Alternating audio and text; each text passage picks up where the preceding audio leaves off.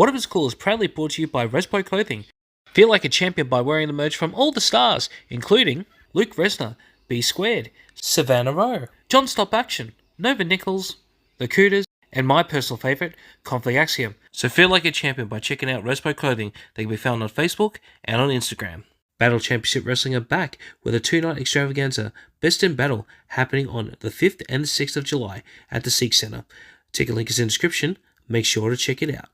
They are still out on parole. Australian Outlaw Wrestling presents On Parole Tour, happening on the 6th of July at the Potbelly Canberra, featuring music from A Gazillion Angry Mexicans, Scum Fu, and Voodoo Acid Space Kings.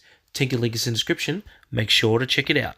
Adrenaline Pro Wrestling presents Breakout 43, happening on July 12th at the Adrenaline Zone, featuring the up-and-coming stars of Adrenaline Pro Wrestling. Ticket link is in the description. Make sure to check it out.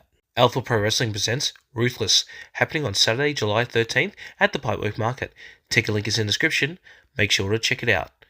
And Nate Hunter is a virgin. Before you check out Ruthless, make sure to also check out Alpha Pro Wrestling's Energy 6, also happening at the Pipework Market at 12 PM, featuring the heaviest match in Australian wrestling history. Entry is only $2. Make sure to check it out. It's time to prepare for war as MXW presents Battle of the Border, happening on July 20th at the Sets Mildura. Ticket link is in the description. Make sure to check it out. Mayhem Pro presents Showcase Road to Relentless Rumble 3, happening on Friday, August 9th. Ticket link is in the description. Make sure to check it out. Hey everyone, so what you're about to watch, listen, was recorded about a month and a half ago. Now I do apologise it's taken forever to get this out because two reasons. One, I've been working a lot in wrestling and I haven't had much time to do a lot, and plus I've been doing interviews as well and I need to get them out first. But also, we swear quite a lot in this, and it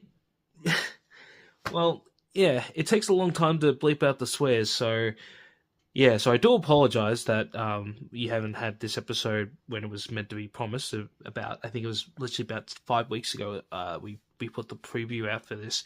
But here it is, finally edited, our review of X-Men 97's season finale, and my God, it's good to have the team back together. And, again, I'm sorry, and I'm sorry I'm rambling, but I'm very happy with this episode and just how we conduct ourselves and how fun it was. So sit back and enjoy it. And, thank you. Oh, I should also mention, there's a lot of references to stuff that's already happened, so I do apologize. Remember, I said this was filmed about a month and a half ago. But, we all had a lot of fun. Thank you.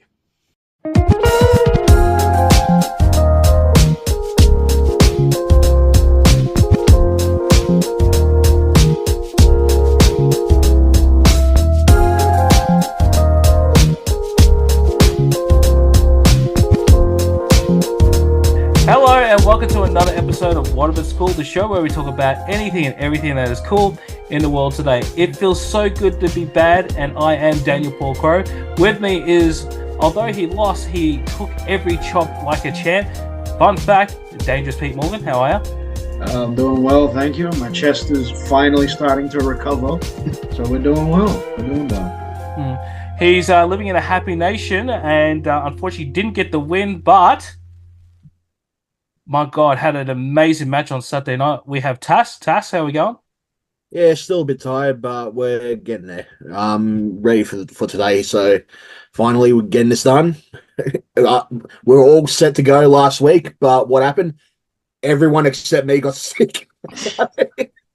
So you can imagine that he was the cause of it. That was all the cause of it.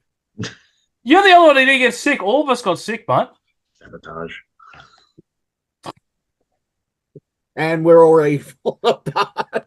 Richard's got silent. I don't know what's going on. The camera keeps going off, and what's going on? I love the fact that on the corner of my eye, I'm watching all you guys, and all I can see is Richard's thing on Richard. I don't know where I've gone. Did you see me or not? No, we can't see you. What's going on? It's the way I like it too, that we can't see. We can hear you, but we can't see you. And he's got. No, we'll get back on. So. Well, it's just us three now. Ah, my God. Mate, do you want to just leave the call and try it again? Is he even there? He's gone, bro. Oh, he's gone. He's not at the top anymore. Oh, he's coming back on now. Hang on. There we go. Unless he's going to try and give me a phone call again, that's going to be interesting. That'll be awkward. Oh God. He's muted and no camera. Man. And he's gone. I don't know what the thing. Are you using your laptop or are you using your phone? Laptop, as always. Put your phone. Change it to your phone. For sake. It's ridiculous. Oh, wait, get on my phone. You're stupid, man. Ladies and gentlemen, And what if it's cool? We're falling apart already. Yeah. Took us long enough to get this In the final podcast episode too. You know, it would not be what if it's cool if technology was our friend. You know, like it's like it's my laptop decided to not work it properly, so I spent 40 minutes trying to get it up, and then all of a sudden now Richard's phone has decided. His laptop's decided the carcass. So I think we've already found the clip for the intro. Definitely. Oh, this episode's going to be an extra long one. Oh my God. I thought, and I seriously thought this was going to be a very smooth episode. It's clearly God had different other plans for this one. So thank you, Lord. Thank you, my Lord and Savior, for doing this. Yeah. It took us 2 weeks to get together in the first place. You think there wasn't going to be issues? Yeah, true. Well, at least we're all still alive. I mean, for those who don't know, I went through what I thought was another round of COVID, even though I had COVID a month ago. But it wasn't COVID. It was another bloody virus, apparently really severe virus that everyone's getting. What did you have, Pete? Oh, I had the same thing. Like, I woke up Monday morning, couldn't talk, had phlegm coming out my nose and my throat. Did a COVID test straight away just to make sure, and it came back negative. So I was like, I was clear. Yeah, well, it would have broke my heart if it was positive because that was the Monday before my match with Vixen. But yeah. Oh, there we go. There we go. Finally, stupid piece of. Sorry about that, guys. No, good. And Sweary McGee, Richard the Naffa has now finally joined us. I do not like technology. Lying. Cool. Piece of. What did I mean? It's gone off. Hasn't it? Oh my God! Oh! Use your goddamn phone. Obviously, something's wrong with your computer right now. I don't know why. I don't understand. God, I love this show. I really do. Is it back? It's back. Yeah. There we go. Back. I'd rather not, mate. You know I'm straight. Anyway, we're here to talk about X-Men 97, episode 10, and his camera just went off again. I can lose my. This is fucked up. We just need to get a time still I'm image dressed of- nice for this podcast. It doesn't want me. Oh Christ! Well, you get off the conference call and you get what the hell? Now you should change. There's borders now. Oh, this is up. Just get off the call. Go on your mobile. All right, give me a sec. I'm trying to work this out. Hold on. Yeah. While Bitchface decides to do that, let's take a moment to acknowledge our sponsor here, or whatever it's called, Respo Clothing. Respo Clothing, we can wear all the merch from all the stars. And don't forget, what if it's cool merch, and also Pete and Tass merch, and potentially Richard merch is going to be available. So make sure to check out Respo Clothing on Facebook, Respo Clothing, and on Instagram, Respo.clothing, for all their amazing stuff out there.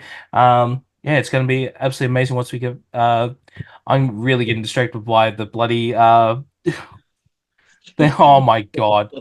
That's going to be the new one. I really hope the cameras are picking this up. So, speak for a second, you cheeky. Yeah. I think I've got it working. All right, I'm just gonna keep like this. That's probably how it's going to stick. You know what? Take this any way you want, but you've never looked any better. Thank you. This is a small screen.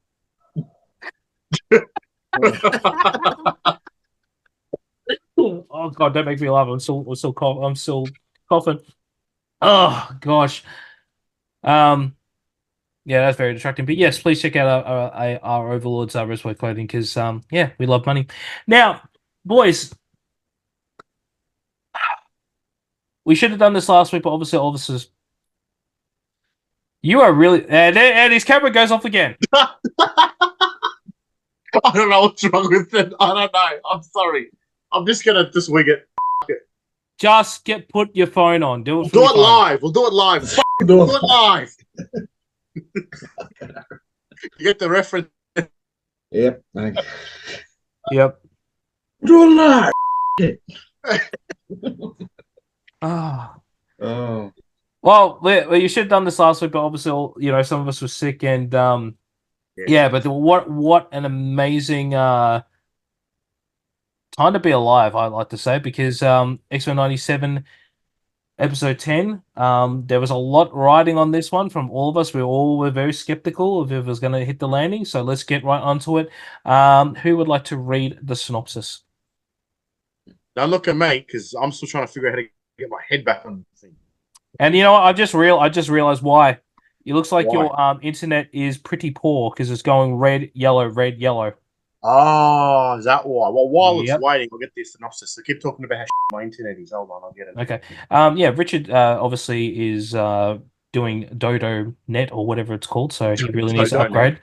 Is it Dodo Net or what? I don't know. I don't even know what we're. I think we're on Tass. No, Optus. I don't know. It's just garbage. What it is garbage. Yeah. You know what isn't garbage? Kaka. You know what isn't garbage? What? Tolerance is Extinction Part 3. The X-Men's dream is put to the test as mutant-human relations reach a tipping point. Was my face the whole time I was reading? This is so inconsistent. It was like your mouth, your eyes, your mouth, your eyes. Like, I feel like we're back in the 90s with you doing that too. With those stupid look. Man, his camera goes off again. It's gone again. I can't live like this anymore. I think you're right. I think it's the internet. Did you just say I was right? I think you're right. I didn't say you were. I want on record that he just said that I was right. So yeah. We're recording, so yeah, it's on record. Yeah, definitely. Yeah.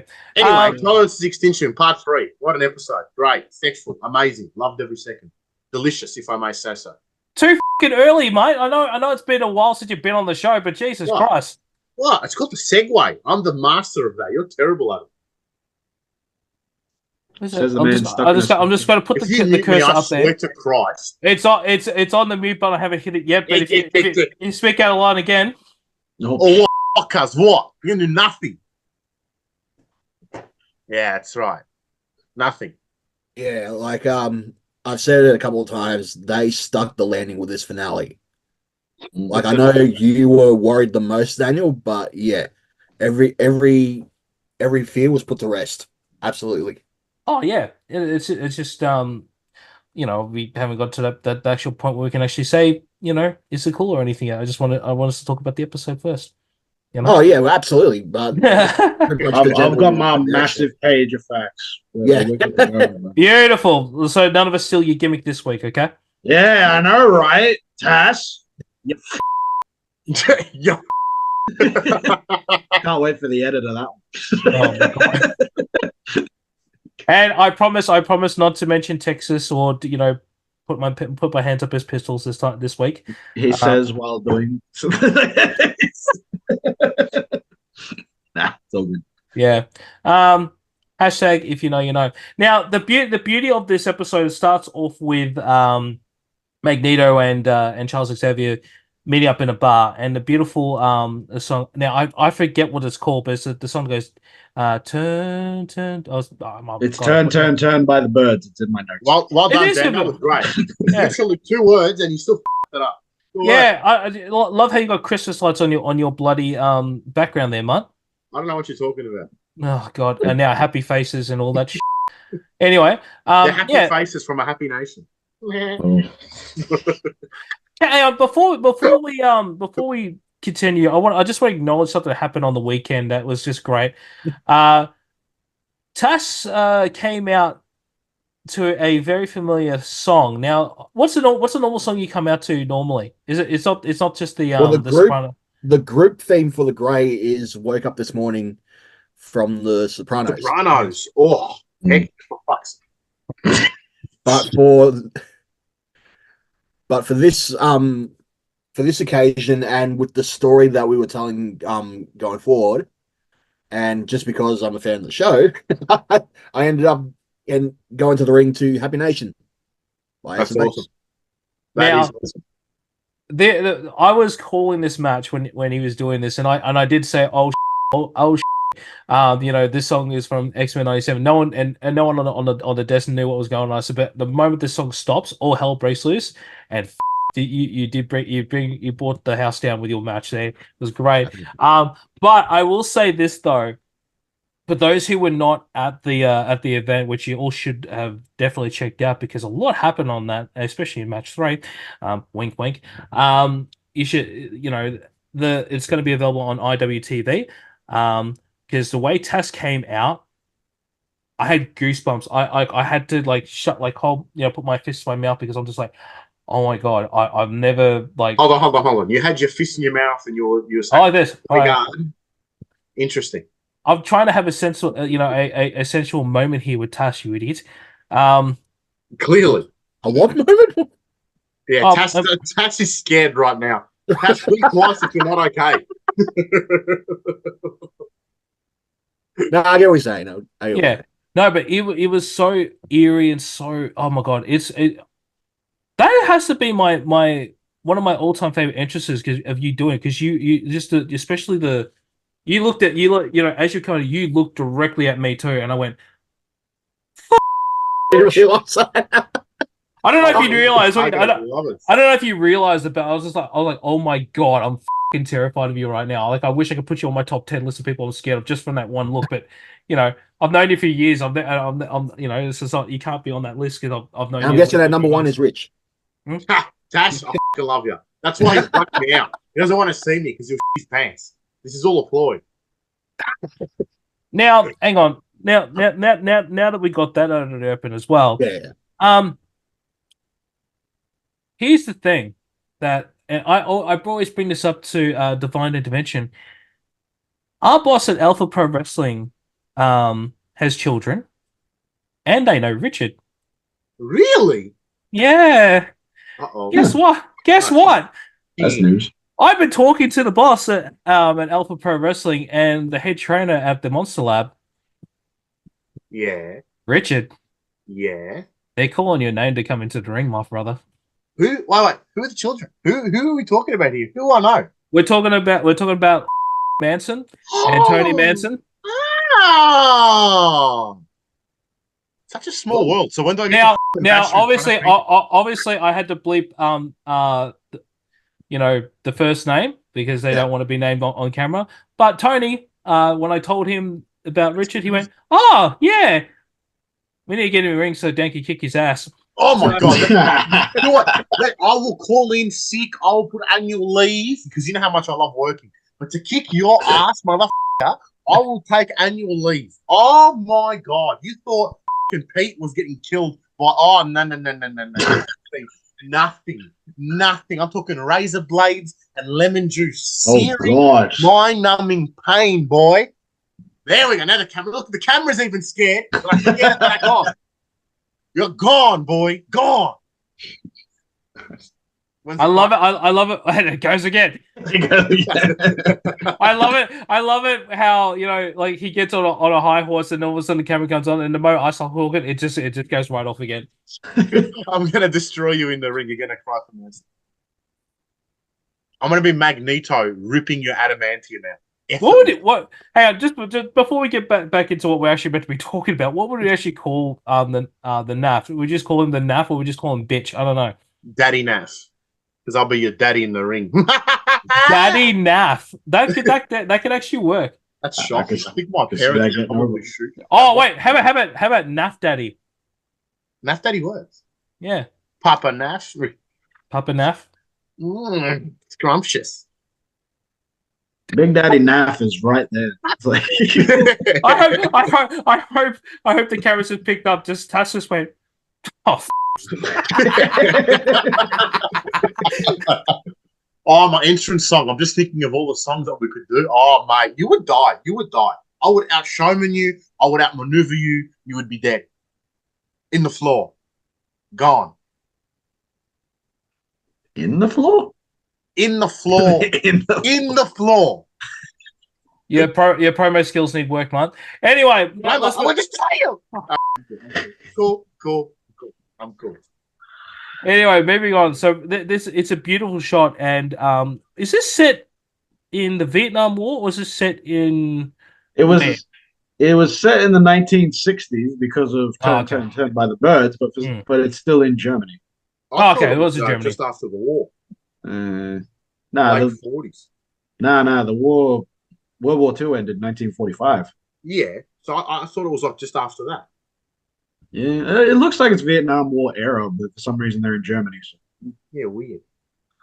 Cold War, maybe. Yeah, It nah, was a Cold War never. because there's no soldiers. Nah, Cold War was just America and Russia spying on each other. No, okay. I think in terms of the timeline that it wouldn't matter because we find out as the scene goes on that we're in a completely different scenario with between Charles and Magneto. Because then we find ourselves back in Asteroid M, like minutes after Logan's had his adamantium ripped out. Jesus Now, Christ! So many of my notes just got skipped. All right, hang on. I didn't even say any facts. I missed we skipped like 4 scenes ahead. You All right. Give us a fun fact. Come on. All right. Well, we got the intro. Charles and Magneto are fighting soldiers is taken from Uncanny X-Men number 161, the issue where the backstory issues of Xavier and Magneto showing how they met, etc. It is also the first issue we see Magneto's Holocaust number and what led him down the path of human bigotry as they fight a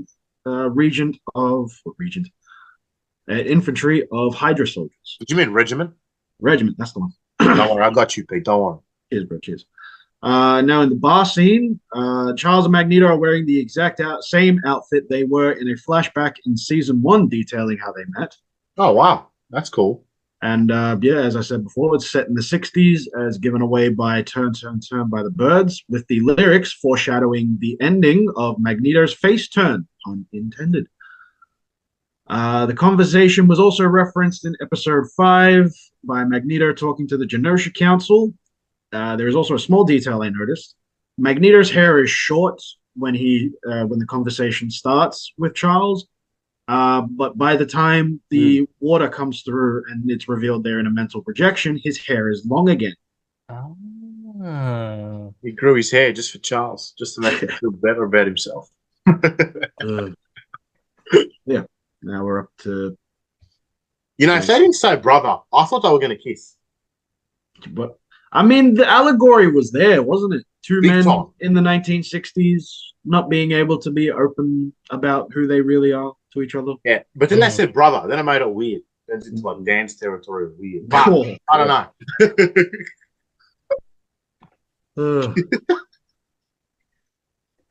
Well, I expect nothing less considering he hasn't been on the last 2 episodes to be making fun of me, so I'll let that one slide.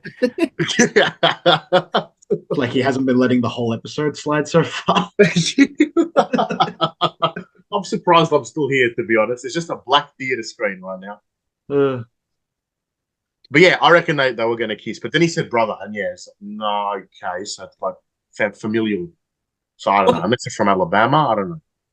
Well, there was several memes that came out that says, "Oh, will they kiss? Will they not kiss?" Like in several scenes in this episode. And to be honest, yeah, I felt the same way. I was like, "Oh, just let them kiss," like it. I don't know what would come about of it, but it just you got that vibe from them in the entire episode, really. Yeah, big time. I agree. But I love the fact that in the midst of all this, Charles just all of a sudden just goes, "I'm a mutant," using his abilities, and then he just take it back and go, "Oh, metal! I can control metal." Like, cool. Like, So wouldn't it have been cooler if you like flicked a spoon or something? You know, just like something to taste. Like, you know, I don't know. Like it was a good scene. I'm just saying, you know, could have like made the salt shake or something. I don't know. yeah, I think that may have been a little bit better if they did something like that. But you know, I think they just wanted to go for a little bit more suspense. Mm. Now I'm lost with this one. Is this when the water started to rise a little bit after they do this? Yeah, Straight after, I think. Yeah. Yeah, straight after. Mm. I What? just want to say, all their costumes are sexy. Not wrong. I like them more than the Jim Lee. I know, controversial, but that beautiful 80s, you know, mid 80s, late 70s. John Ramita Cockerham, you know, that type of flavoring, except Gene. Everyone else, they have great, functional, awesome suits. Gene fighting in a miniskirt to deal with, I don't know. That was from the 40s or 60s. 60s. Yeah. I don't know. It's not very practical. It didn't age well like the other ones. Like Wolverine's brown suit. That is just scrumptious. So good. Which is ironically a Jim Lee suit. No. On X-Men #1 by Jim Lee. That's the suit he's wearing. No, but isn't that more of a Frank Miller suit? Nah. He's worn it previously before then, I think. Camera was working. No, Miller was on Daredevil at the time. Yeah, but but he's talking about the brown mini series. Yeah, the one where he's fingering on the. I mean, he's put his finger on the cover. Where he's got the and he's like this. Yeah, that one. He's fingering the cover. Yeah, Jesus Christ. Hey Pete, it's not me doing it this time. Yeah. You know what I mean? Oh. No, I don't. Yeah, please explain. What is this fingering that you talk about? Wolverine was fingering the cover. Explain in great detail. He's fingering himself. I don't know. What do you want me to Oh, Jesus Christ, Rich. And then he's like, oopsie, and he pops his claws. Then what happens? Oh, God. Now you're all thinking about Wolverine and claws up his ass. You guys are disgusting. Christ alive. Oh, God is dead and we have killed him. Fun fact: Rich is still single. You know, this is like it's like psychology 101 with the whole water rising and everything. I'm actually really digged it from the get go. But it's just like I would have thought there would have been some other way they could have done it. Like what kind of fears that that Magneto could have been doing. I doubt it would have been water, but something else. Maybe if they really wanted to go the whole hardcore bit, maybe put something from huh? I'd say it. No, I was going to say some wartime stuff. I'm not going to say I'm not going to bring up the Holocaust or anything. Deep, man. That would have been harsh, man. I think the way they were going, that's the only way they should have done it. To be honest, because it's already become a very dark dark series. In my opinion, I think that would have taken away from the poignance of the episode and what they were talking about. I think people would have been more focused on the tragedies they're just going against, and I think the way that they've done it throughout the series so far was very elegant. Little hints, the tattoo on his arm, this and this and that. I think if it was too much, from episode 5, yeah, like that brief second of you see the barbed wire fence. Yes. Yeah. It's just done so. It's enough. Something that deep in media like that, when you're talking about it, it's done respectfully and tastefully. Whereas I think if it was done, while you were saying it, Dan, I think it would have taken away, one, from their conversation, but also the flow of the episode. I think it would have just grinded it to a halt. It's the tough subject to really, put to screen. In my opinion, I think the way they handled it was pretty good. Yeah, I hope the cameras are picking this up, because we talk about something very, very violent, very negative, and everything in Richard's background is bloody sun signs and lollipops and smiles. Somehow being the beacon of positivity. All right, bringing some levity to the situation. Yes, thank you, Tass. Plus, like, the whole framing of the conversation was Charles trying to get through to Magneto, like trying to convince him, no, don't end the human race. They are worth saving, I promise you. And just that whole conversation was, yeah. Mm. Yeah.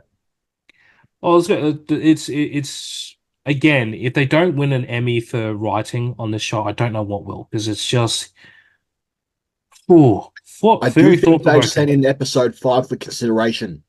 Yeah, they did. That was Well, that that's was it. consideration.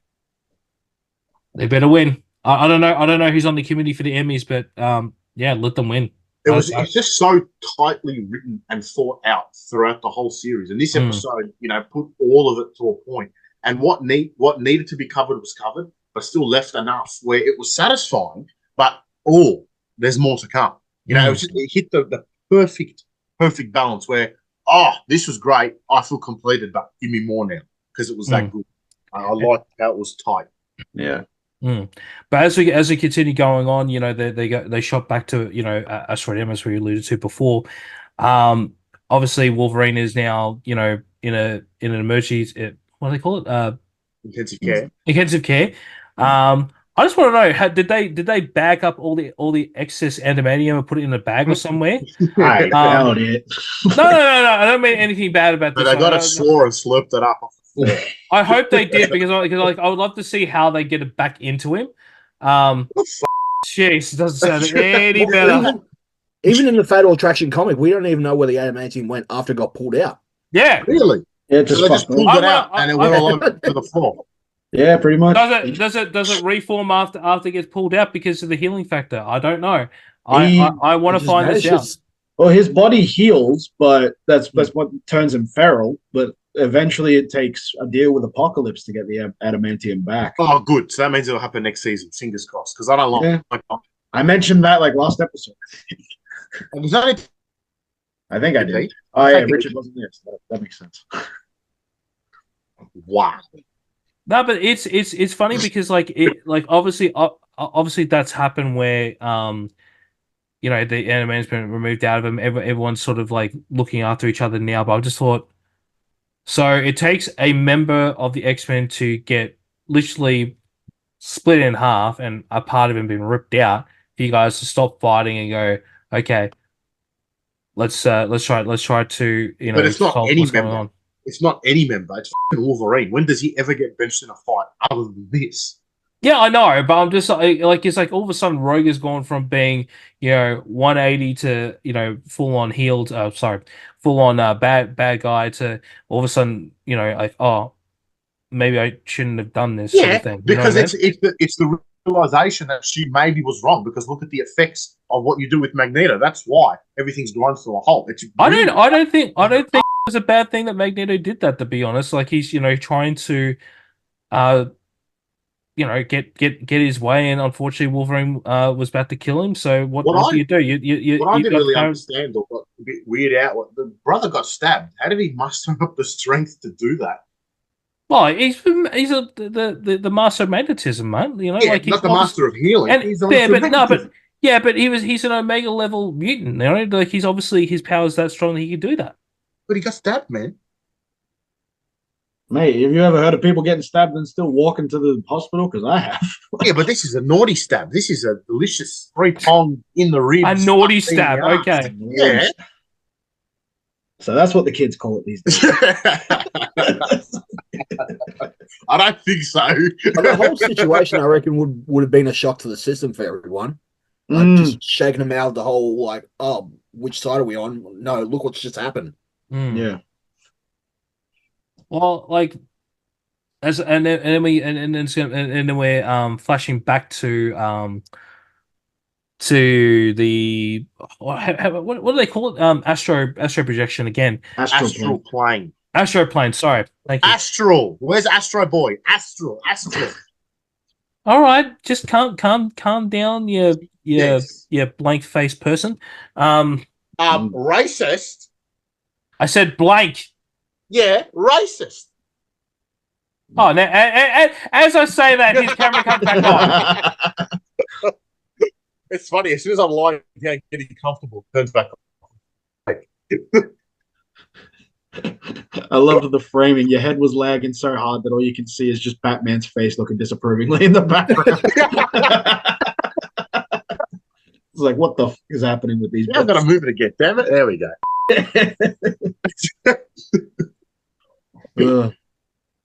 Where are we up to Anyway. now? I think we're up Yeah, to so- Xavier finally using the power to restore the magnetic fields. Yes. I think. And the rest yeah. is turning on the Prime Sentinels again. Yeah. But I have a big fun fact of this one. I don't know if anybody else spotted it. When the power is being restored, you see a radio, and it has the date 1996-06, meaning June 1996, and that was the month and year when X-Men number 53 was released, which had the first appearance of Onslaught. Oh, no, Onslaught. I don't like Onslaught. For f***'s sake. Oh! I mean, it's Onslaught and spoilers, Age of Apocalypse that's being teased. Yeah. So like they gotta keep the threads going. No, that's fair. That's cool. I did not know that. That was an excellent fun fact. Oh, it's a great fun fact. I didn't even notice that. Yeah, but we wouldn't expect you to. That was harsh. Yeah, just a bit. I'm just glad his camera's not working, so I don't have to mute him. I could just relish in the fact that we can't see his face. You're dying of laughter. No, but that is an absolutely fantastic fun fact. And now your camera comes back on as you're looking at your watch. I hope they are setting up for Onslaught because I think we said in the last episode it's a great storyline. Like I think it's going to be really great if they do it in episodic television. You reckon if they did it, they'd pull in all the Avengers off the comics too because they've teased them. They probably will. That was what it took in the original event. The X-Men, the Avengers, Fantastic Four, like they all got wiped out by Onslaught. Yeah. And refresh my memory. Onslaught it's Professor X and Magneto together. It's an amalgamation of like their brainwaves, essentially. Yeah. So they're inside each other. Yeah, because after the Fatal Attraction storyline, when Charles Xavier forces his way into Magneto's mind he basically mentally castrated him. So he made his like entire personality just go blank. Yeah. Like there's even a what if story where he turned him into a baby. It's weird. I remember that one. That's such a weird book too. If you guys ever get to read it, just read it and just go into it not having any thought about it. Just read it and enjoy it. Are you f***ing kidding me right now? Just I'm about to get the comic book in my f***ing hand. For f***'s sake. Anyway, yes. Technology's not our friend. Me. But yeah, they had that, and there was even a spin-off of it called X Babies, so that was fun. Yeah, I forgot about that. I think they recently re-released it like a couple of years ago. In the box set, I think it was. Yeah, that was fun. And it was an amalgamation of their two personalities because the Magneto personality dominated part of Xavier's psyche and then just broke off and formed its own body. And yeah, that's why it's.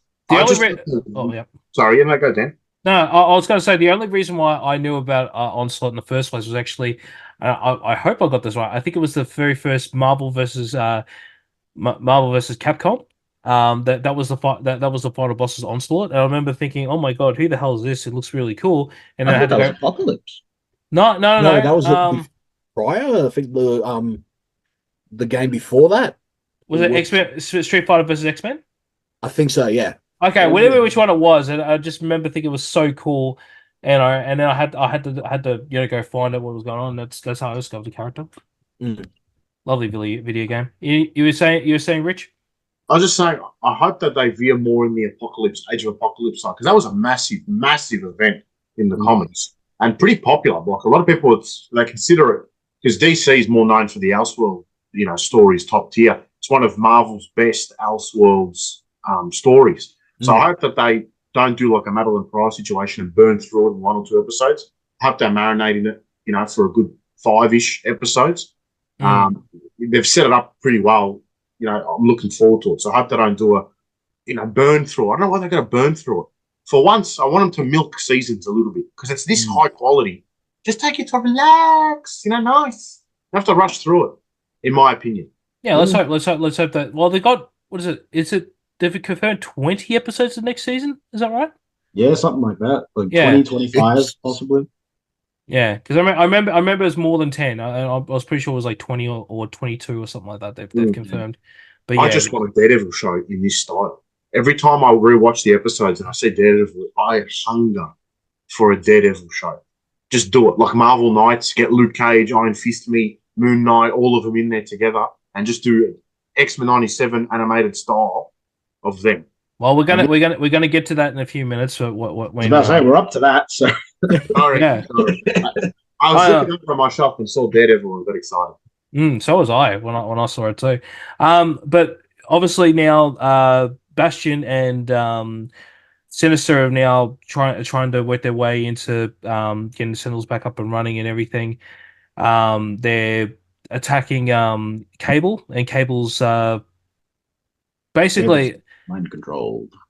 no, but this is bring it back to why I love Cable. Like he's actually shedding tears at this point, you know, and I love essentially this character. how many times he's tried to save Genosha, like over 200 times. Yeah, 200 that's times. crazy. Yep, That's the fingering. That's one. Yep.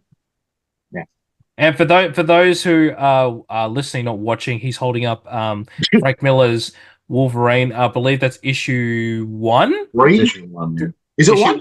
Is it 1? Yeah. No, it's not one. End of issue 1 or end of issue 2? Is it one? No, I'm pretty sure it's 3. No, it's not 3. No, I don't think it's 3. It's one of the first. That's the first trades. But it's not in the. Because that's the cover of the new, or what it looks like now. Yeah, no, because this is halfway in the book. So it'll be issue 2, end of issue 2 then. Yeah, because that's 1, isn't it? Yeah, that's number 1. Yeah. Yeah.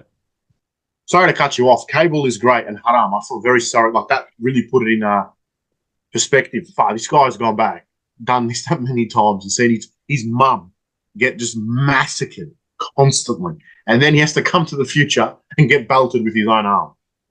Oh, yeah. Stop hitting yourself. Stop hitting yourself. And that was brutal. He just got fucking turkey slapped with his own arm. Awful. Which is massively messed up because I think they might have changed it just for the show, but in the comics, that his actual arm, it's just covered in the cyber virus that he has to keep off his actual arm, and all the metal is from the virus. And yeah, if that was how it was in the actual show, like he just legit ripped off his actual arm. That's crazy. I'm pretty sure that was the same thing. I think that was they did say this is his actual arm, you know. But I don't think they've gone. I don't think they've actually went. The things coming out like the. But when you see it, that that whole part of his body is actually the virus. So that's how I took it when I saw it. But I mean, if I'm wrong, I'm wrong. But that's how I saw. That's how I thought it because I'm a fan of Cable. So. Yeah. But before then, before that went down, we saw the return of the Phoenix. Yeah. My least favorite part of the episode. Oh, really? Now, hang on. I agree with you. I didn't get excited. For fuck's sake. I don't get that. Well, I thought the Phoenix Force had already left her. So how the hell did that come back? Because a piece of it stays inside her. No, it's because it's the writers, bro. Like literally, these days, the Phoenix Force is used as like a get out of jail free card. It's what the entire X-Men vs. Avengers storyline was about. Like, does she have some left? Does she not have some left? Like, what the hell's going on? Yeah. But the way they use it in this show, like, when it first showed up, I'm like, yay, things will probably actually happen. Oh, she just takes away all of Sinister's DNA and then fucks off. Yeah. And that was underwhelming, to be honest. I think that was one of my least. And ends the Prime Sentinels as well. Yeah, what? Just rocks up, resets the battlefield, and then fucks off. Like, when the Mary Sue, it was a very Mary Sue, just comes in. Yeah, it was a Mary Sue moment because a Deus Ex Machina even. Yeah, it's like Jean's powerful, but she doesn't need the Phoenix Force. Just let her do that. And especially especially right after she just goes, the Phoenix Force came back and now it's gone. Yeah, like what the? She's a say the quiet part out loud, but It's the weakest part of the entire series in my book because Well, being a redhead it was a massive cop out. Like they Yeah, could have done something better for that. And you also see that would have been the perfect time to have feral Wolverine show up. Yeah, Like, he sees Jean in trouble and he just destroys a Prime Sentinel. Mm. Like it would have put the feral in feral Wolverine. Just going absolutely nuts. Like the logistics of it would have been rough because he's in space. Jumps out of the plane. Just jumps out the asteroid like, I'm coming, Jean. He's burning up. Yeah, like if they were gonna set that up, like feral speedball Wolverine coming down and everyone bang, looks up like, lands what the heck is that? And then Goes holding his chest hair, just gets hinged off. But we have confident redhead. She should have been able to take it all on herself. Yeah, honestly. We have missed one thing though, because obviously progressing in the Magneto and Xavier bit, I think at this point has Magneto already like sort of like not completely come back, but his energies have put everything back to normal, because we obviously we missed talking about the Daredevil bit, the Cloak that would be the cameos, yeah. Doctor that would be in Strange. that segment, wouldn't it? Yeah. And then we see Daredevil, Cloak and Dagger, Cap and Iron Man, Doctor Strange. I nearly said it. Silver Samurai. That was my mistake back there. Yeah. We also see Black Panther, who we later find out is T'Chaka. Yes. T'Chaka. And the Dora Milaje, which was arcade. Yeah. What I loved about that though is he's got the cape. Whenever I see Black Panther without a cape, it's still like it doesn't resonate with me, because I grew up watching. Yes. How much I hate the cape on Black Panther. Really? I would have thought you would have liked it. He goes into the jungle. That's his, area there, the Wakandan jungles and all that. He's doing backflips and shit. And all I just picture is him going down like a vine or something, and his cape getting snagged on the tree. That's all. And he just pulled back. What? Oh, I could just Incredible. No caps. That's all I picture. Like Batman, I get it. Doctor Strange, yeah. Black Panther, weird. And that's blasphemy coming from me, because I'm a Jack Kirby lover, sympathizer, all of it. And he designed that with the cape. Just yes, he never did. made sense. And that's why I was like, I'm shocked that you didn't like it, because I can't handle Black Panther not having a cape. I think he looks weird. You got to remember, I'm a lot older than you. Like I grew up reading Black Panther and seeing him on media, and he's always had the cape. That's not true. Like from the 1970s onwards, by John. No. What I've seen, not. I'm not talking about the whole run. Like everything I was able to access was all. He always had the cape, and even when he appeared in the Fantastic Four cartoon, he had the cape. So that's why I've always been associated with the cape. It's like all of a sudden, when they did that whole change of look for Spider-Man in the 1990s, not when he had the symbiote, but when they actually just completely changed. It was Unlimited where they completely like redesigned the suit. It was Unlimited. Yeah.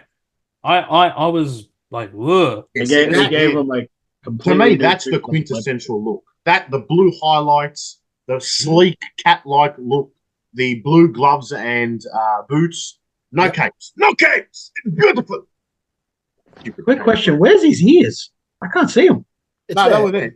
Oh, they were there. They're there. They're very goddamn small. I was like, is that a ninja you're showing me? They were very tiny. That's his first those ones. appearance with the cape. Yeah, that's the. Oh man, I love that book. See, but it just looks like Batman. It does. Look, it's Batman. I mean, you're not wrong. I don't like it. That's just me. Sorry, I just while I had it there and I got the camera working, I might as well. Yeah. With the Phoenix Force, when she rips the DNA out of Mr. Sinister and he becomes a frail old man, Morph gets his comeback. Yeah.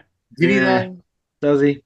Yeah. He gets like one last he gets one last insult before Sinister runs away like a girl on prom night who just realized she has a pimple. It's just a growl that he did, like, Yeah, he's like, oh, don't look at me. Like, what the? I wish they made him British. Please do not look at my face. Like, just I wish Bastion just killed him. Like, Yeah. why wouldn't he? You're frail. You're old. You have no power. Snap the neck. It's not like Bastion's. Bastion. It's not like bloody Morphs shied away from killing people before. Like, especially because they were setting it up in the early episodes of how much like trauma and everything the Sinister gave. I think because I don't think they want to keep him off the table. I reckon they'll use him again. Bastion's not off the table. Bloody, you can take Sinister off. Like as soon as Morph gets his comeuppance, that's his story told. Like what else can you do with it? To be honest with you, I think Morph is really overrated. I don't like him. I'm not saying like he's the best character, but like, come on, man. He's my least favorite member of his team.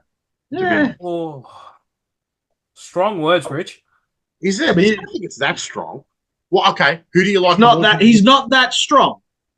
Brother transforms into the Hulk, Juggernaut, Mr. Fantastic, turns into everyone and has their powers, no drawback. Hey, I said not strong of a character. Not that he's not physically strong. And plus, if I want strength, I'll just go get Colossus. He's cooler. Oh yeah, Colossus can fight the Hulk and survive, sure. Yes, he can. Yes, he can. Have you not? He can survive. He won't win. He doesn't win, but he can survive. Hello and welcome to the debate. He destroys the entire debate that separates Colossus included. Yeah, and where was Morph? Jacking off in the corner somewhere. Morph was dead. Exactly. Dead. He was Kakar. You just proved my point. Thank you. Was Colossus dead? Oh, hell no. How you was dead.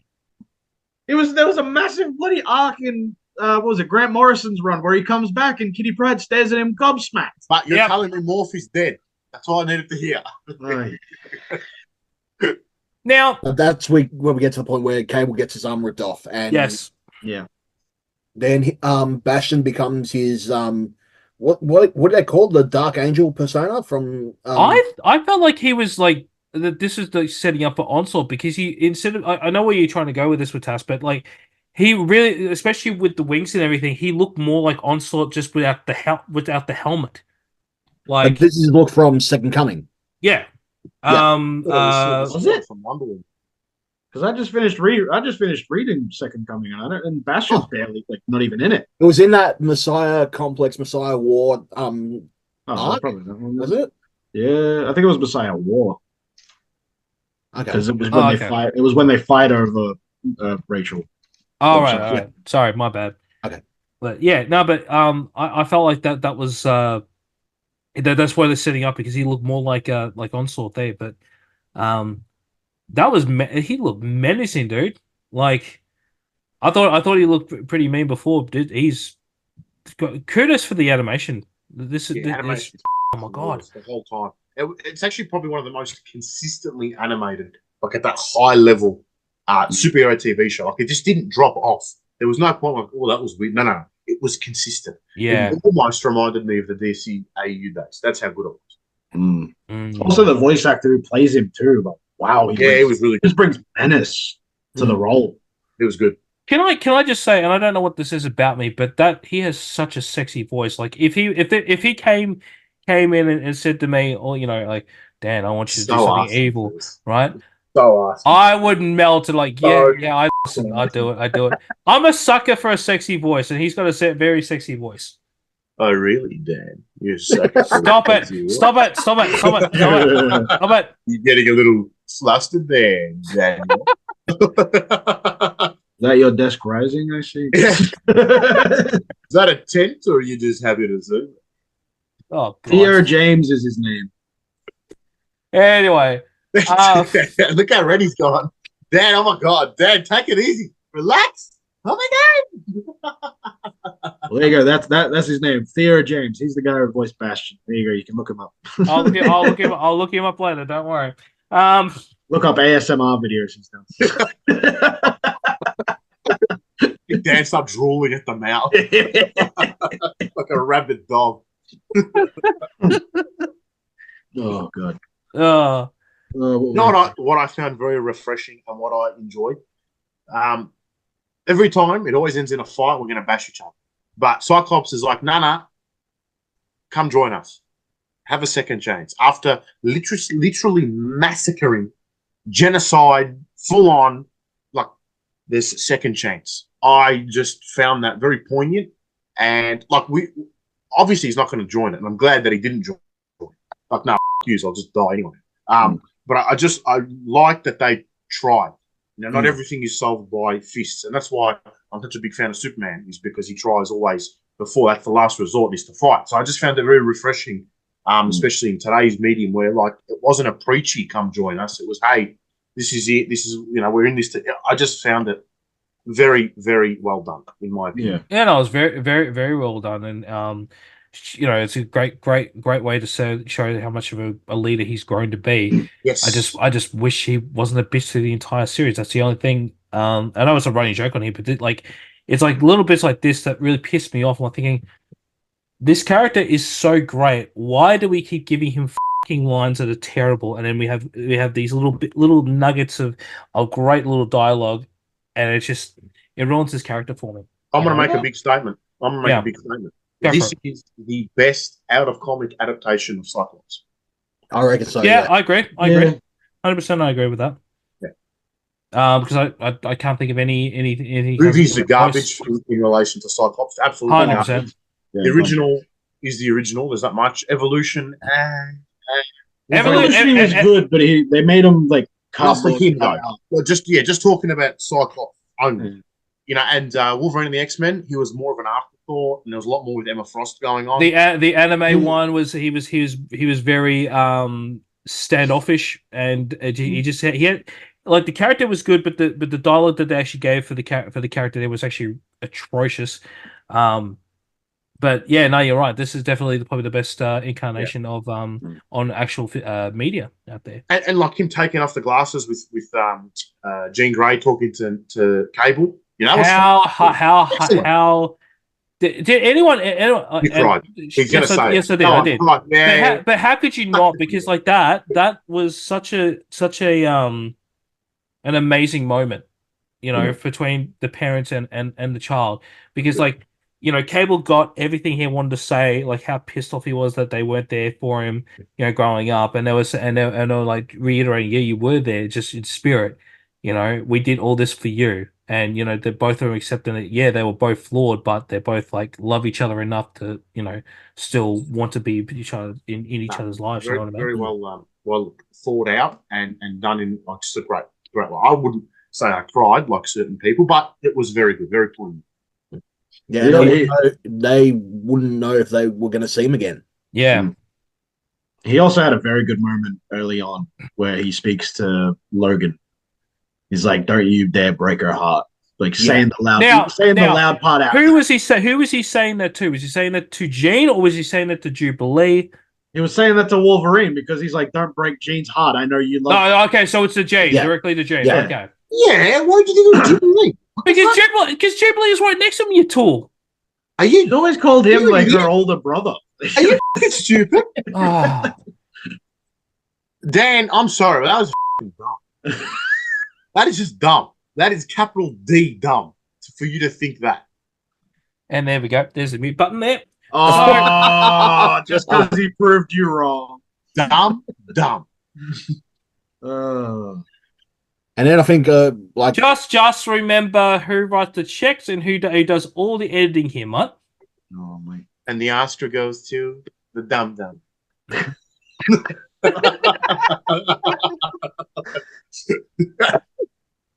Anyway, you're dumb for thinking that. It was clearly directed to Jean. But also what weirded me out was morphing into Jean. Yeah, I was weird. But I fucking called it that he's trying to get with Wolverine. So that's not confirmation. It's still baiting. It's not confirmed. No, I think Bo and I have confirmed that. That's his way of expressing that. Yep. Expressing their feelings to Logan. And clearly, Rich, you weren't reading our messages because Tass sent that literally about 2 hours after the episode. All you do is clog that group chat with trying to filter it out from your shit to what Tass and Pete are saying is impossible. So don't give me that shit. I don't do group chats. Ask anyone that knows me. Group chats, I get lost. I'm a very simple person. Yeah. It explains why you never answer when we say, "Oh, what time do you want to record?" Then I have to text you because you answer the Hold on, fucking. but how quickly did I text you back when you texted me privately? Took you 5 minutes, but yeah, Yeah, exactly. So take it easy. But yeah, I think that was because I was looking at it like, oh, is Morph trying to calm Wolverine down by turning himself into Jean Grey and saying that? But then I think Bodemai confirmed that, yeah, that was Morph expressing their feelings to Logan. Yeah, because they straight up say, I can't say it, but she can. And Yeah. that's what she says, I love you. I don't know how I feel about that, to be honest. I don't know. Like, just specifically Morph and Wolverine as a couple. I don't like that. For me. I just reckon it's going to be interesting dynamic. He wakes up, and all of a sudden he sees Morph dressed up as Jean, and he goes, "Oh, Jean," and they're there for kissing. All of a sudden, they've kissed, and all of a sudden Morph back. I think that'll be hilarious. No, it reminds me of that bloody scene from Don't do it. Don't do it. Season 2 from the boys. He transforms back, he sits up, transform back. That is fucked up. That's fucked up. I lost my mind. You know what? I think that was the episode that I quit the boys. It was so funny though. Just turn back, goddamn it.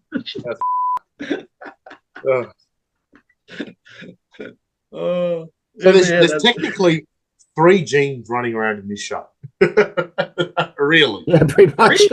Madeline, the real one, and fucking Raw. I say Madeline's dead.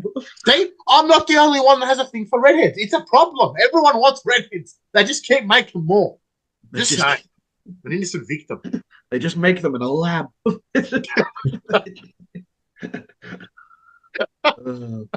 Christ, I forgot where we're up to.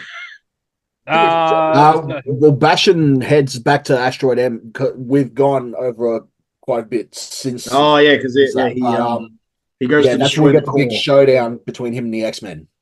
Yeah. Well, before that, you get the most satisfying punch in the entire series from Rogue. Yeah, from Rogue. Yeah. Like, his name was remember it. That was good. Yeah, and I'm glad they gave. No, I'm not going to say. It was good. Good moment. It was good. They gave her cake back. I said it. Yeah. Extra cake. Oh, for God's sakes. Of course you would notice that. Hold on. It is a key component of the original series. And in my defense, all right, I was the only one looking forward to the cake, and I bought the cake. It took them a while. To be fair, I think a lot of YouTubers and reactionists have said that same thing. I've been seeing so many memes about it too. Green's a good look for Rogue.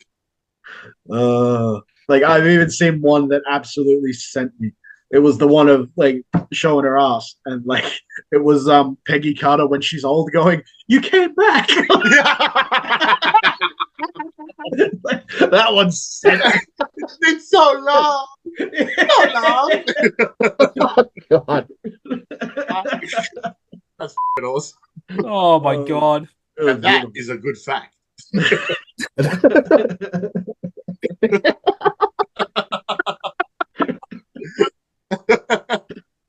Oh Christ! See, Rogue's ass brings people together.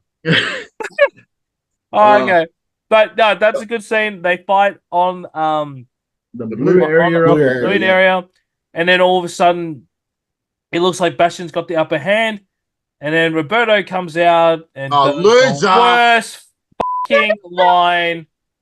Who wants to say it? Because I don't want to say because I feel fucking dirty. But the name Sunspot. Yeah. How is that about? He's finally embracing his mutant self. No. And then he said, it's much better or some crap after that. Yeah, I'm like, because he's finally like on the line or something. What I want to know is, right, for a person who's called Sunspot, right, and his whole thing is heat, and heat needs oxygen. He's breathing in space now, does he? Thank you. Yeah. Interesting. Yeah, I've got a fun fact on that. All right, let's see. Rogue vs. Bastion. The fight takes them to the blue area of the moon. Like, because this was apparently a big thing, long story short, the Skrulls made it breathable there thousands of years ago, hence why you see the Temple of Uatu, the Watcher, in the background. Because Uatu is actually a human. Okay. Just an inhuman. Great fact. I love that. And it is also where the X-Men fought the Shi'ar in season 3. That's too much from the audience to say that we know that. Like, I'm a comic book reader, mate. Yeah. If people go like, oh, well, there's no indication that they can breathe, it's like, well, there's the show showing you that they can breathe in that area. I don't know. I felt that's some gymnastic level fucking flipping, stretching on that one. Fun fact, good. Classic, loved it. Scrumptious, delicious. But the show saying that, and I don't know. I mean, he does start taking her into the atmosphere and choking her out. Oh, choke it, Daddy. I mean, he grabs her by the throat and starts flying up, so she chokes because he's a robot. He can breathe. Yeah. Yeah, that's what I got on that. What's next? Next is the UN meeting with the Magneto protocols. Yes. Yeah, fun fact that we were talking about. And you son of a bitch, stole all my facts from that. I wrote them all down anyway. Yeah, all good. You weren't stopping. Pussy Captain America, man. Oh, yes, just nuke him. It's all good, sir. Mr. Just nuke him, bro. The president. Fucking hit him and don't nuke it. And send the Avengers and go help him, you fucking idiot. To be honest, they changed what the Magneto protocols were, which was weird. But then again, because like the first appearance of the Magneto protocols was in issue 1 of the X-Men, like all the way back. Originally. As in Stan Lee issue 1. Yeah. Yes. Stan Lee issue 1. That was the first time you see the Magneto protocols. Wow. And the plan of them, ironically, was to turn off the magnetic poles of the Earth, which is what Magneto did in episode 8. Okay. So it's very ironic. Interesting. But if you look at, like, I'll list all the Easter eggs that I found in his file. First, you have the energy meter that's shown right under his photo is exactly the same as the back of his Marvel trading card that was released in the 90s.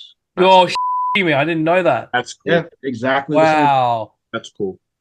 It's why they have it on like the Marvel Wikia page and all that. They've just always had that power scale. That's cool. That's very cool. Under team affiliations, we see the Brotherhood of Evil Mutants. Duh. You also see the X-Men. Bigger duh. And you see the Acolytes, which joined Magneto on Asteroid M in the season 4 episode Sanctuary.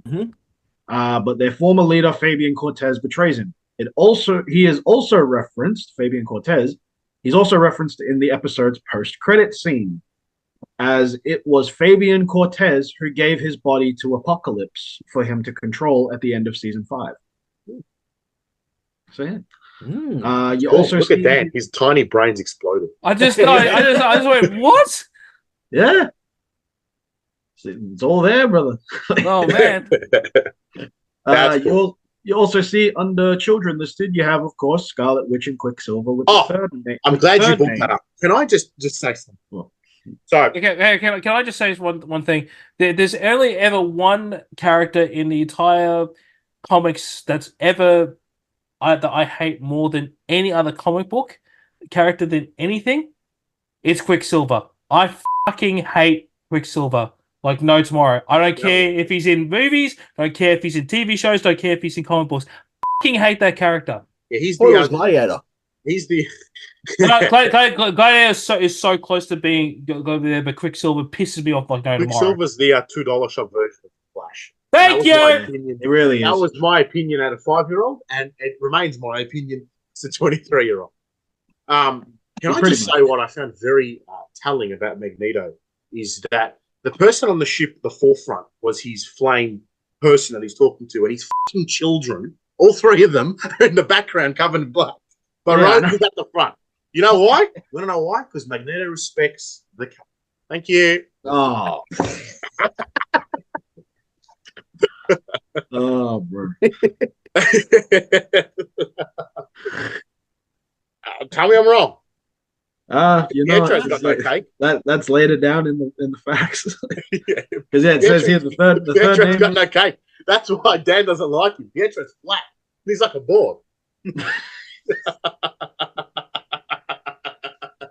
Tass, do you want to chime in? Well, I'll let Pete finish up with the facts on the Magneto protocols because there's a really big one coming up. There is a big one. I saved that for the end. Yep, you got Scarlet Witch, Quicksilver, and the third name being redacted, which is highly believed to be Polaris, which we see in season 3 episode Cold Comfort as a member of the X Factor. Even on the third person in shadow on the boat later in the episode, very much resembles her. That's definitely. Now, under aliases, which is the big one, yes, say it, Daddy, do it. We see Eric Lenshaw, his real name, David Hemblin, who voiced Magneto in the original X-Men series, as well as Ian and Michael, referring to Ian McKellar and Michael Fassbender, who have played Magneto in the X-Men series of movies. Very good. That one I saw. That one I liked. That one was good. That one blew up as soon as the episode finished. That was awesome. That was great. And changed my mind, but both of those people will be in Deadpool 3, I'm telling you. Oh, I reckon. That's going to be like chuck everything at the wall and see what sticks. Yep, big time. It's going to be a messy war, but it's going to be X Factorific. It's going to be great. Delicious, one would say. Dan's gone to sleep over there. Dan's rethinking his life choices at the moment. What? The f*** did I say this time? That was pretty tame compared to the rest of the that I've been saying. I think now we get to the time after Jubilee and Cyclops get some shots in on Bastion, and that's where we get the whole. One of the Sentinels that are left is being commandeered by Beast and the rest of the X-Men. The Trojan Horse. That was very good. Very Beast, very on model, very nice. Yep. Yeah. And now I think we've all caught up to where we're at, where Cyclops is speaking with Bastion, saying, "No, enough of the fighting. Join us." And that's when the Magneto protocols get implemented. Well, right before that, he says Cyclops shoots a beam at him that is very similar to the design of one he used in Marvel vs. Capcom. Yeah, and same deal with Rogue as well. When a few episodes before, the same kick. Yeah, like he also used the beam runaway or whatever, the beam slide or whatever in the first episode. So we shouldn't be surprised. I hope they do have a little bit more callbacks to the video games, because one of my favorite moves from X-Men vs. Street Fighter is when Rogue kisses the opponent and she just goes, "Good night, sugar," kiss her, and then all of a sudden it just chucks him. Which I want to see that. Huh? Which game's this one? From the which game? Which game? X-Men vs. Street Fighter. Yeah. Okay. What do you think I said? No worries. Research. Versus Street Fighter. No worries. Hang on, I'll give you a better one. If you look up Death Battle, Rogue versus Wonder Woman, you get to see her kiss Wonder Woman and drain the life out of her. Have fun. Guys, I just want to say thank you.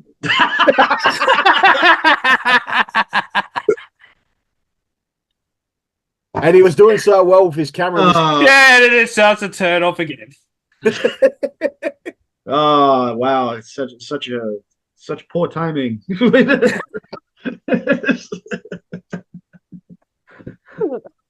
Oh Christ! Yes, Naf. I think he's gone. He's long. Oh, he's gone. Hang on. There we go. Oh, okay. That was very good. Anyway, yes, episode was great. Sorry. I sent brother through puberty again. It's back in a flash. Oh, so that's why you can't get a date. Yes, you got the reference. Yes. You have just bought my fucking loyalty. You have just bought it. You quite the Justice League cartoon. You've bought, that's it.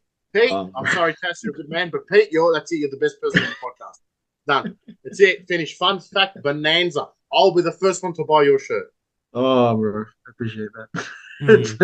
This is like one of the only things I remember out of the shirt. Quit while you're ahead. Just stop. Yeah. Anyway, did you have something to say? You just said you said something, and then all of a sudden you went blank. No, I was just. Okay. Let's move on from this. So obviously they're having their fight,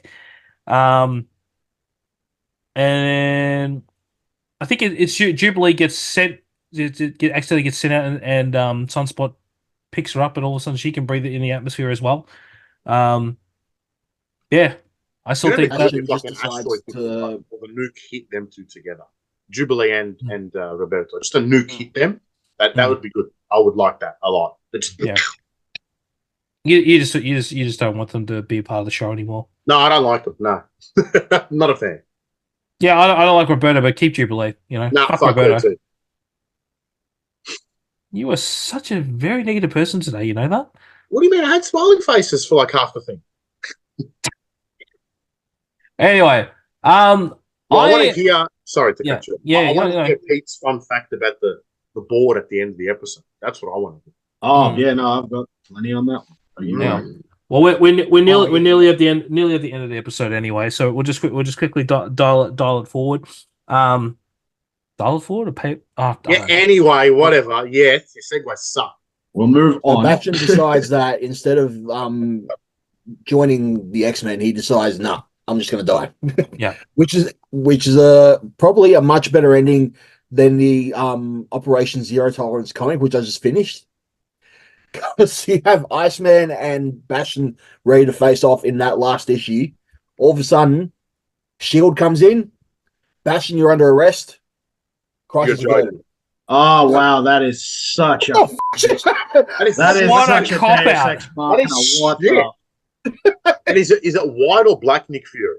In the comics, it will be White Nick Fury.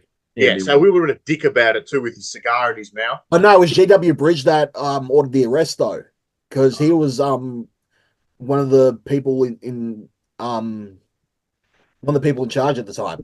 Oh, it's that era of S.H.I.E.L.D. Yeah. Sorry.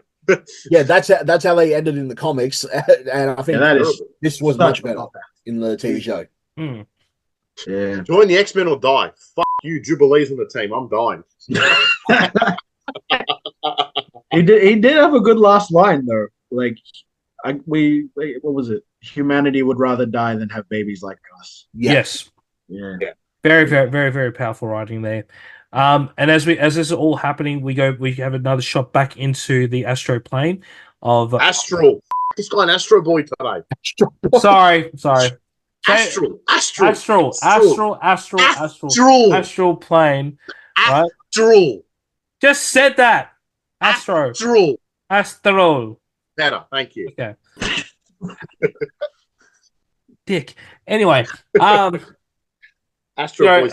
The water's rising between Charles and Eric, and all of a sudden they start remembering. Sorry, not they. The water was rising. Was anything water was else? rising. Rises. Did you see Tass? The only way. Yeah. First died. He died so much his webcam died again. Of course, it died. His webcam was gone again. But as they're doing this, the water's rising, and Eric starts to remember who he is, and my God, he changes. Why do you keep changing your background? Jeez, it's so distracting, Rich. Maybe that's the point, Dan. Yeah, but it's kind of corny, but at the same time, it's I think it's the only way you could do this, where he's saying you're Charles Xavier, and then he goes, you're Eric Magnus Langshire, and wow, mate, your pronunciation is just. Can you just let it go? Just let me get the lines out. Jeez. Let's go back to the Astro Boy plane and talk about Lannister. To the Astro Boy plane. Hey, at least I wasn't like Tass and say Silver Surfer. You know what? I'll accept that. Because you can call it the fucking Astro Boy Lane unit. Seriously, man. And then Lannister. Who's Lannister? Talking about Game of Thrones over here. Me. Yeah, let's. Yeah. Yeah. Not having me on the show for 2 weeks. That's your fault, not us. I didn't blame the boys, just you. Anyway, so Lannister was talking to Charles. Yes, man. Oh, great. Now he's having anesthesia. You all right? Yeah, I'm fine. I'm fine. Okay. Just still coughing my lungs out, so that's why I had to mute the mic. Yeah, and then all of a sudden, all of a sudden, Magneto goes. Is the line is Magneto is back or Magneto is alive? Magneto lives. I am Magneto, Master of Magnetism, which I am so disappointed they didn't do an alternate cut, which had the original glitch. I am Magnet, Master of Magnet. It was Magneto lives, which I think Pete didn't he say that in the Sanctuary Part 2? I think. Yes, he did. Yeah. Yes, he did. Because that was after, he finally broke out of Cortez's prison or whatever. Yeah. And he saves the world. He pretty much He saves the world because he destroyed the world and then saved it again because he almost destroyed the world. Yeah. Stops us from collapsing with the earth. And then all of a sudden, poof, they're gone. Mm. But this is the it missed them a little bit, but Hang on, I just want to get this out because this really made me pop really well. What made you pop? Did it? Shut up. And the tool that Forge is using to locate Asteroid M, the whole screen is pretty much like it's quintessential 90s. So I was like, oh my god, I love that just that one little scene that made the whole thing for me. That whole bit. I know we miss a bit of a chunk, but that's my favorite bit of this whole episode. Just that one little bit. Don't know why, but it just really made me pop. No, I can imagine. Ew, why are you imagining him popping? Because I know the fucking terminology he's using. See, this is what happens when you invite non-wrestling people on a fucking podcast full of wrestling. Jesus. Hey. But when I destroy him in the ring, I'll be an honorary wrestler. Don't worry. I'm going to end this guy. I think I forgot, Dan. This is on my mind now until it happens. Can RKO you. Oh, mate. Shoulders up, chest. Just wait till I put you in an ankle lock, mate. Now, I because I know we missed something. Who wants to take over the stuff that I missed because I clearly talk about the board with all the X-Men. What? Welcome back to the board. At the end, the board. The Borg. Oh no, that's before then. I think we're up to the part where a pretty big cameo coming up. Yeah, because we have Bastion going into the core of Asteroid M to send it back to the Earth to try and just blow it up that way. Which leads to the X-Men sort of going to escape, but then Cyclops is like, nope, I'm going to sacrifice myself because someone has to, and Jean, you've done it like 5 times already. Seriously, save some glory for the rest of us. But then the rest of the X-Men just say, yep, now we're all going to go together. If we go, we're going to go together, which is actually a very loose retelling of the end of the storyline, The Fall of the Mutants, which the X-Men do sacrifice themselves but are restored by the Siege Perilous, which was the same portal that combined Nimrod and Master Mold in comics forming Bastion. Yeah, get it though? Fall of Mutants, because they're falling from space and dying to Earth. Oh, yeah. That one broke me. I was mid-thought, and then I hear that, and I'm just like... oh, God. And yeah, and I'm back. We also have, like, my favorite moment of the entire episode, Storm and Jean teaming up to try and slow down the asteroid, but you hear, like, the orchestral X-Men theme in the background. Yeah, that was wet. That was beautiful. I think Rogue was with them, too. She might have been, but she might have been doing something else, because I only remember seeing those two. Oh, she was doing something else. Like trying to bench it or something. And yeah, when we see the Earth's reaction to the asteroid coming at them, we get a very special cameo from Peter Parker, Mary Jane, and Flash Thompson. Yes. Mary Jane lives! Yes, she does. With Lauren Meyer confirming that the Mary Jane is the original, as Spider-Man had found her after the events of season 5. All I hear when I see them two together now is just Spider-Man. No! Mary Jane! Loser!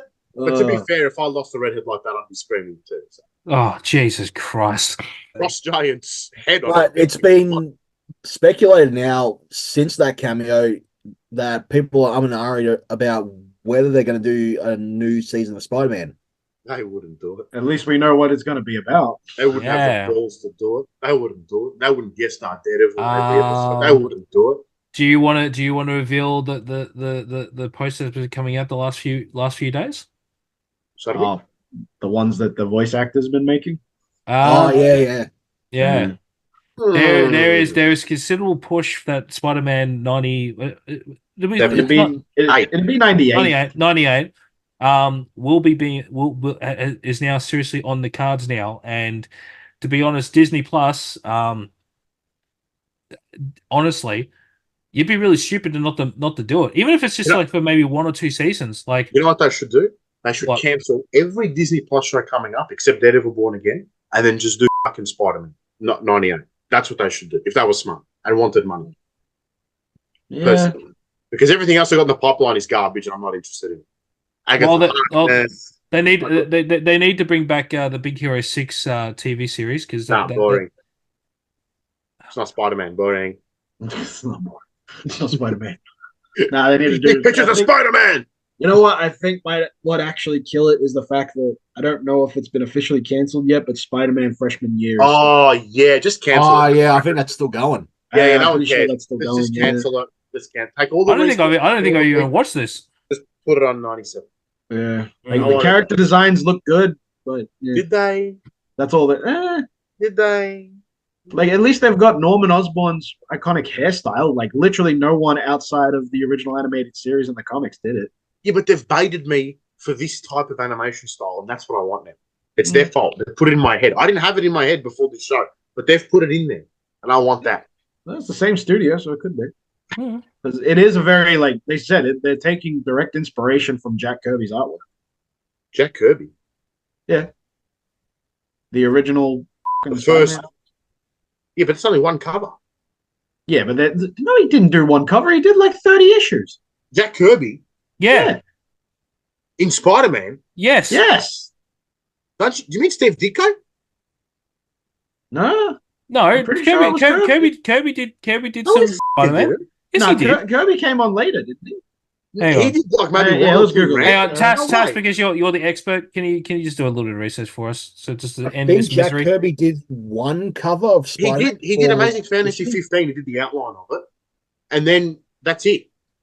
And then Steve Ditko took over for... Yeah, it's Steve next- Ditko's I baby. think Oh, yeah, it was. It was. Ah, My no. bad. My bad. Why? Vindication! My bad. Yeah. Yeah. Now who's the expert? You stick to the X-Men. Stick to the X. Can I just I address the elephant in the room on this one? Because I know because he's too nice, he won't say it to you, Rich. But Rich, on behalf of Fun Fact Pete Morgan, pick a hand. Oh,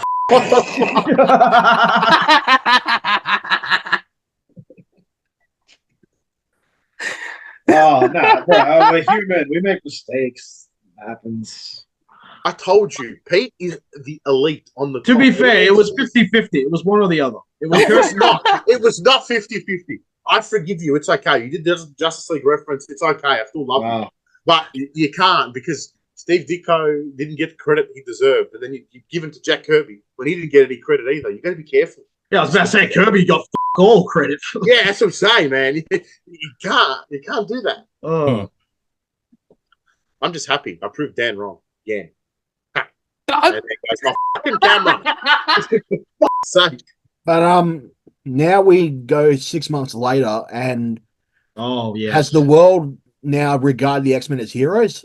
Yeah, some of them, because you see like the chain X at the front of Xavier's and mansion. And you flowers also and see the pictures and memorials. stuff like that, yeah. But yeah, there's a radio broadcast later that would say otherwise. Because now I'm at the fun facts that Rich was looking forward to. Because we are at Forge's shop, which is also a reference to the end of Fall of the Mutants, because it was Bishop who was looking for the X-Men after they disappeared. And which led to a storyline called the Muir Island Saga, which led to the reboot of the team by Jim Lee. So that might be something we look forward to. So, all the individual posters on the main one. The following X-Men are marked as available. You have Iceman, Yes. Dust, No. Colossus, Yes. Magic, No. Shattercat, aka Kitty Pryde, Yes. Havoc, Maybe. Exodus, who No. we saw earlier in the episode, and Emma Frost. Yes. Cable, Jubilee, and Sunspot are marked AWOL. Yeah, let's kill him. Scarlet Witch and Quicksilver are marked Off-World, Yeah. which okay. is either a Avengers mission or it may be a reference to Adeline, which is a home of the Inhumans, because Quicksilver and Scarlet Witch lived on there for a while. Yeah. Isn't he banging Crystal as well? Yeah, they had a child and everything. Yeah, that was together. Yeah. I thought so. And also Archangel, who we thought was dead because he was in episode 5, is missing, presumed dead. Oh, well, he's dead. That's sad. I think you would also count Psylocke and Alpha Flight, wouldn't you? Because we saw them earlier. We Yeah. did see that, yes. Oh, yeah, they're on the list of cameos that I didn't say. No, Hey, but was she actually a part of Alpha Flight? Because I don't remember she was ever part of it. Psylocke wasn't, but there was a member of Alpha Flight. Oh, Yeah. there's 3 members of Yeah. Alpha Flight. no, there was a few. Yeah, there was a few there. Yeah, because here we go. We have in the ruins of Genosha when the Prime Sentinels are attacking. So I'll go from the start because there's the Black Panther one, which we mentioned. There's Yeah. Daredevil. Yep. And we also see which one was it? The bar, Jersey's Bar, which was first seen in Frank Miller's Daredevil run, as well as Yep. Netflix's Daredevil show, and we also see Cloak and Dagger. Yeah. We That was have cool. that was cool. We have in Russia, we have Omega Red with the mutant Dark Star and Crimson Dynamo. What are they called? Which Dark Stars? No. What are they that called? was just Dark Star. No, there's going to be something they're called that's going to annoy me now. What the? The Winter Guard? Yes. Yes, thank Winter you. Thank you very much. That's the thing. And yeah, they had appearances in the original series, season 2, episode Red Dawn. That's right.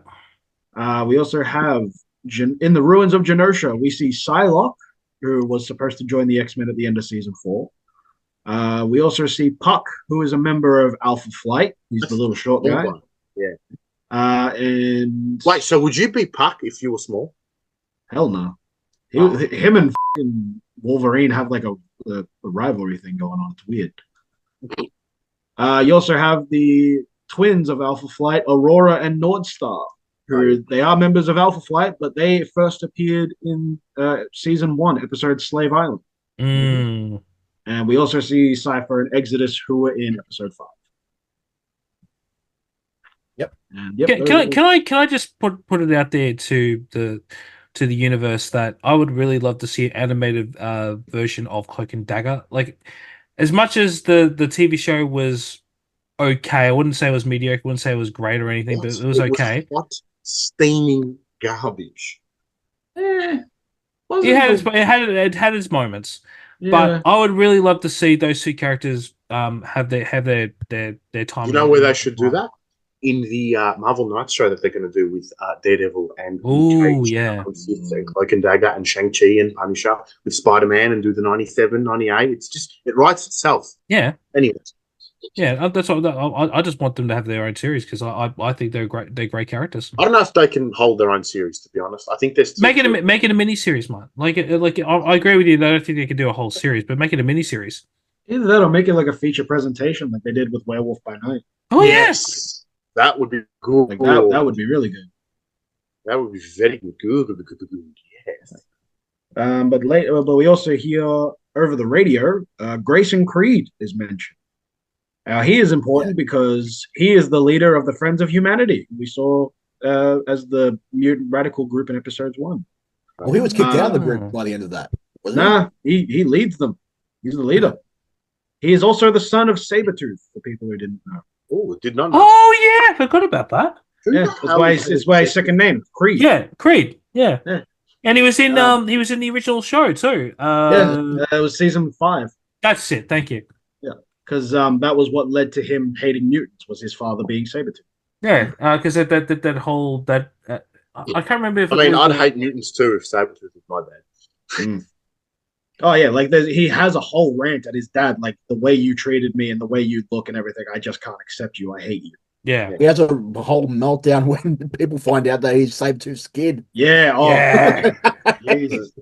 He freaks out about that. You also hear a reference to Santo Marco, which is a country that the Brotherhood of Evil Mutants made their base all the way back in X-Men issue 4. That's with what's his face? Mastermind? Not Mastermind. No, that was his the name? original Magneto, Magneto, Scarlet. Yeah, he was there. Scarlet Witch. Scarlet Witch, Quicksilver, Toad. But who is it? Is it Mastermind. Mastermind? And Mastermind, was it? Yeah. So Yeah, the original team. The weird-looking guy in the cover. Mm. The Dan-looking person. Yeah. Now, this is the last one, because this one's the big one, which is going to have a lot of theories going. Bastion arrives, implying he knows that the X-Men were sent into a time stream, like the same thing that sent him back, which also implies that it was Immortus who teleported the X-Men away.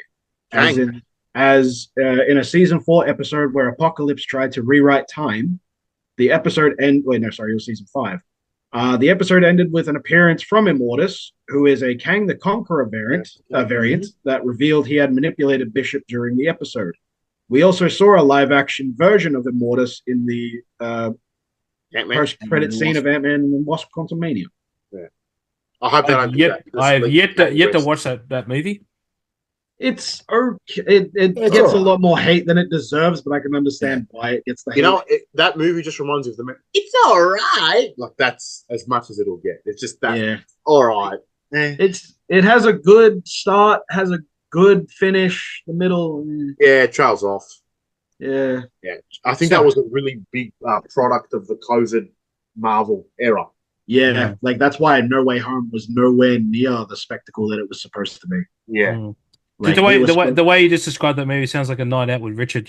It's just. Oh, if you look at like the original concept and the original scripts, like bloody Mysterio was supposed to be part of the original fight. Venom was supposed to be there. Like, it was all supposed to be revealed as Mysterio's master plan of like ruining the timeline.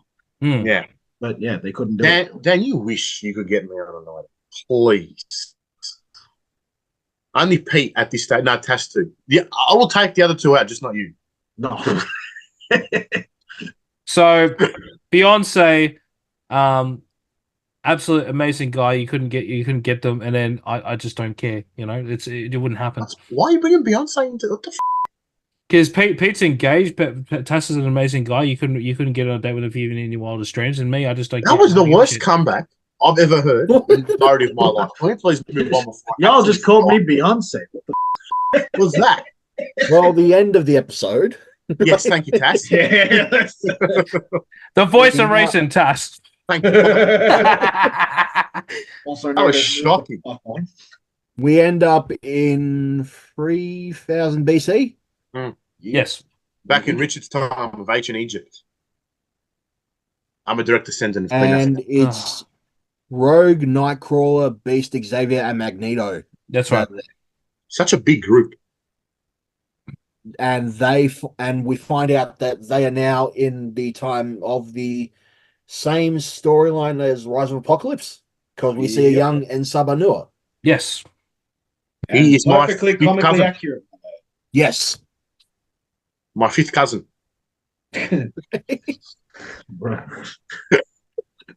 So they save him from a couple of people. It honestly looked like they were like Shadow King. I believe that would be Ramatut's crew. Oh, Ramatut's crew. Would you say? I couldn't remember what they've got a name, but I can't remember what they're called. Because in Rise of Apocalypse, I believe Ramatut is the villain of that story. Mm. Oh, yeah, because also a Kang variant. Kang again. Yeah. Yeah, there's a lot of Kangs going on there. So that leads into the question: is Kang going to be one of the villains of? Oh man, I reckon they're going to sidestep him. To be honest, I think they're going to let that character rest for a little bit. I don't know. They did do a lot of like build up to him in the original show. Honestly, with the Immortus. Yeah, but if you come from like myself, not having watched the show in years, coming from a fresh perspective, there's not much Kang. Coming from a not X-Men reader, there's not much Kang where, like, if they sidestepped it, it wouldn't be a big deal for someone watching it without that knowledge. That makes sense.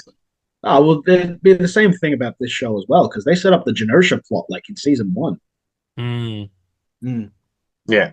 That's how far back Cable had been coming to Genosha trying to save it, and then eventually the massacre happens in this show. But Like the threads are all the threads are there. It's just whether they pull on them or not. Correct. Yeah. Going to be up to them.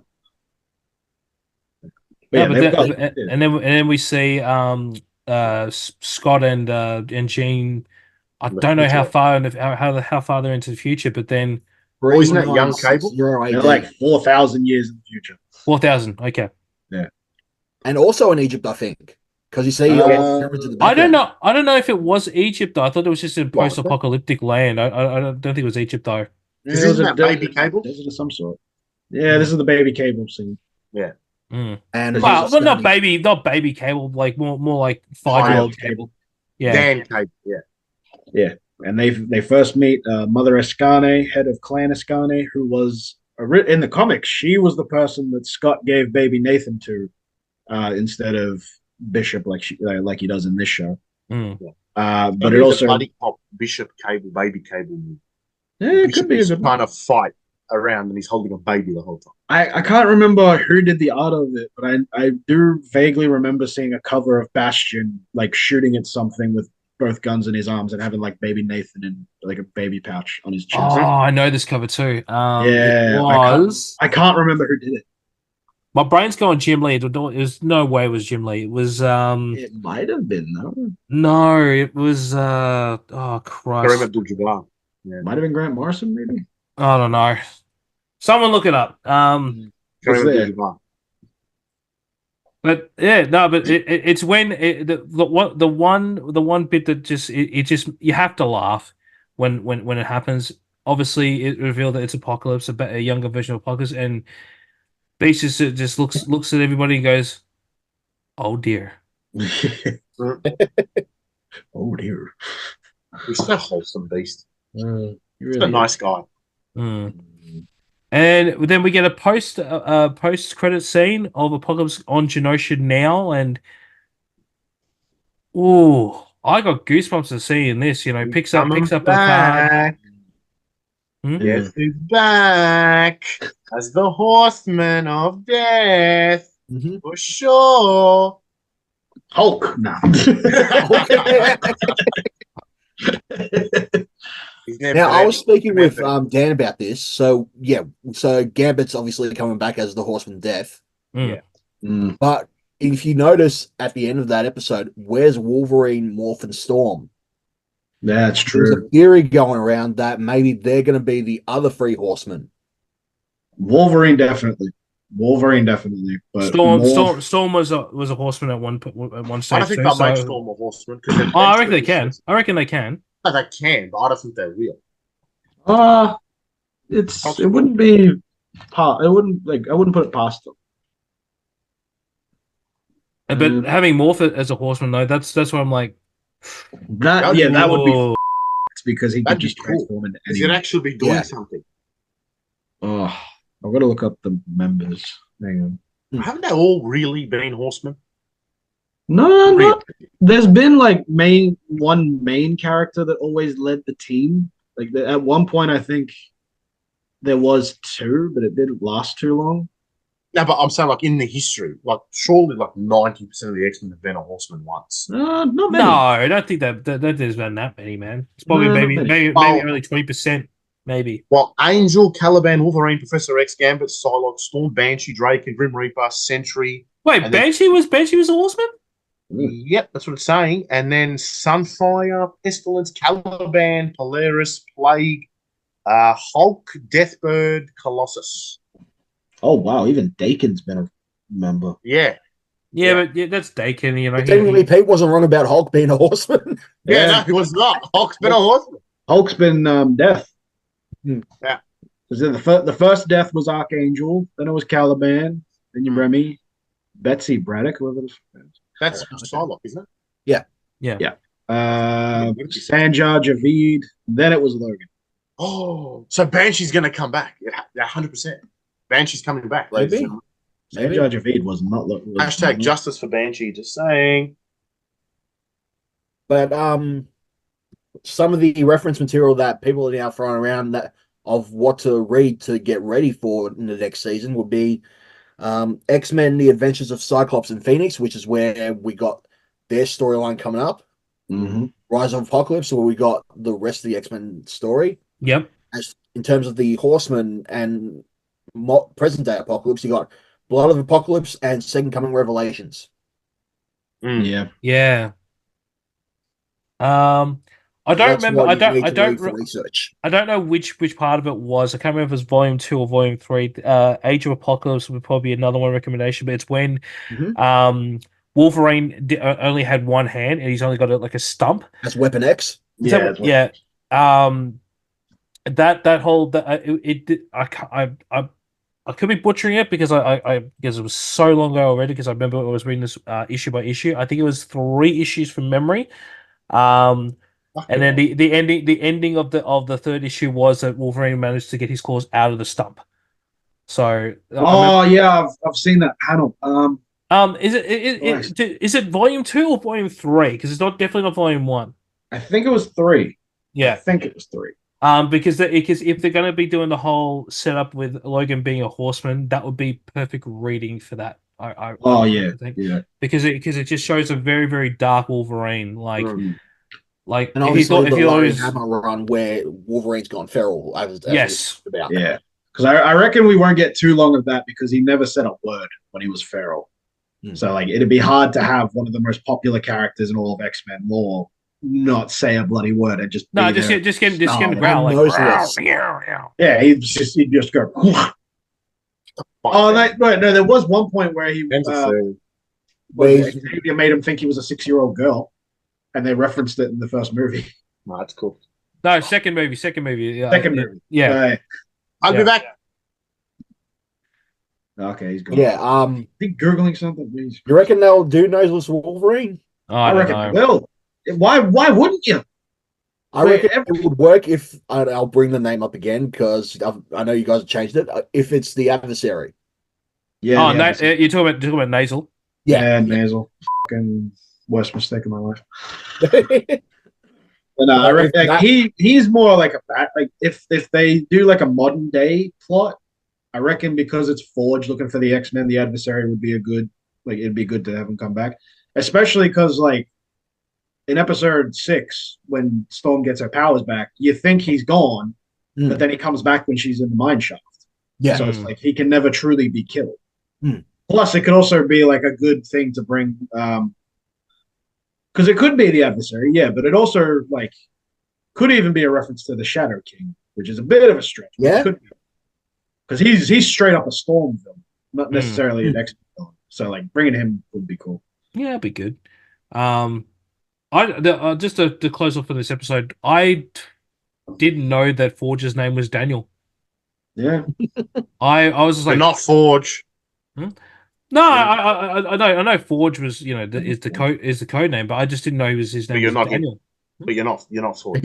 Yeah, but Daniel's not my real name anyway, so it just but you're not Forge. So I know what you're trying to do. It's not happening. He's sexy. Oh. He tried to mute me, so I had to mute him first. Yeah. I love how you say, "Oh, you're not sexy and all that." Well, who's got the girlfriend who doesn't? Hey. Yeah, that's true. There's no need to get personal. With the girlfriend. There's no personal here. There's no need to get personal, Pete. All right? You shouldn't be sticking up for Dan. That's your... And, so... He's the one who brought me on the show, bro, not you. Hey. I resent that, all right? That is racism. You're ganging up on me, and I've had enough. And guess what? You know what? You've stepped down as the best. Tass, you're the best now. Oh, okay. Tass is back. He's at the top. All right. Now, we come to the sample question here on what it was called.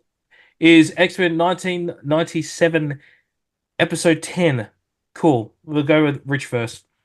It wasn't cool. It was uncanny. Yeah, it was fantastic. I loved it. It was great.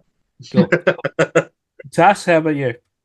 Yeah, like I said, I was gonna save my rating for the end of this 3-part finale. So I will say yes, absolutely. They, like I said at the start of this, they stuck the landing with this finale. And I really can't wait to see what they do with the second season because I think it's already been edited. Yeah, they're editing it right now. Yeah. It's coming. It's down the pipeline. So yeah, I'm really excited for what's coming. And fun fact, Dangerous Pete Morgan. Well, it's not uncool. It is Astonishing. Oh, no, that doesn't. Nice. It is giant. It is really cool. And yes, they're in post-production for season 2 at the moment. They said they're looking at a October 2024 release. No, that's too late. Oh man, I can't wait. No, we want it next week. Can't We want wait. it like tomorrow. Like, let's go. I wanted it yesterday, personally. I'm gonna say it's cool. The whole That's series it. as a whole. Oh, I'm not even You do all done this yet. nice build up for you, and then you come. Yeah, it was cool. Well, you all you guys have done some really bad jokes as you're still on my gimmick now. But no, it was cool. It was definitely worth the wait. I like to firstly thank Disney for sticking the landing for a change because let's be honest, they have a habit of doing 2 great episodes and the third one sucked. So this was actually really good, and can't wait for season 2. And we will definitely be reviewing that when it does come out, hopefully in October. You guys hear about the breaking news that just broke right now? What? It's just been confirmed that Dan and I will be fighting in a ring right now. It's been confirmed. It's happening. Oh, The date is TBA. So just ensure that you keep your eyes and ears to the socials. It's happening. That's right, Dan. It's happening. I just spoke to my agent before. That's why I was off on the camera. It's happening. With that being said, don't forget to like, share, subscribe to this show wherever you get your podcast. Want more from What If It's Cool? Make sure to check out the YouTube channel where you can find the latest episodes of Mukbang Around, Reaction, and of course the podcast. And don't forget to follow What If It's Cool on all socials. It can be found at What If It's Cool. Keep that sport coming. And until next time, we'll catch you on the next one. Peace. I'm pretty sure I'm going to die in that match too. Oh, it's going to be awesome.